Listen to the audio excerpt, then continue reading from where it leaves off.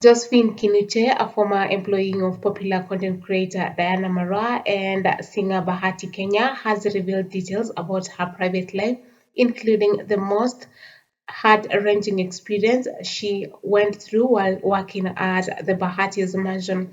Josephine, who worked for the Bahati's for 4 years, shared her story during a Q&A session with her fans, shedding light on a personal tragedy that changed her life forever.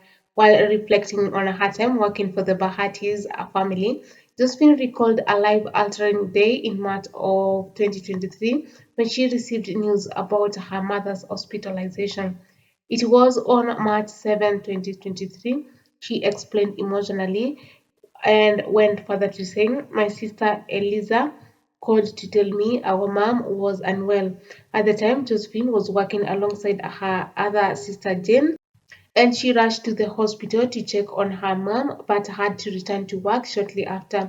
Days later, another call came in to and the caller informed her that their mother wanted to see her at the hospital, and this marked the beginning of a painful journey for Josephine.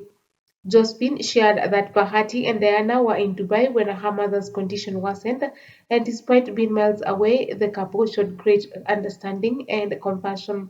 Josephine reached out to them for permission to travel back home and be with her mother, and they wholeheartedly supported her decision.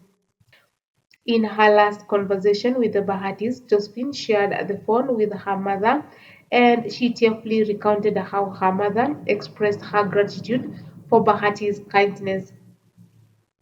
She said, "My mom said this young man is kind-hearted. I have seen him for the first time on my deathbed. I wish I could have met him earlier." Diana too reached out during this period but preferred audio calls, explaining that she was still traumatized by her own mother's passing. And Josephine's most emotional recollection was the moment she lost her mother, and she described how she and her sister alternated staying with their mother, taking shifts to be inside and outside the hospital room.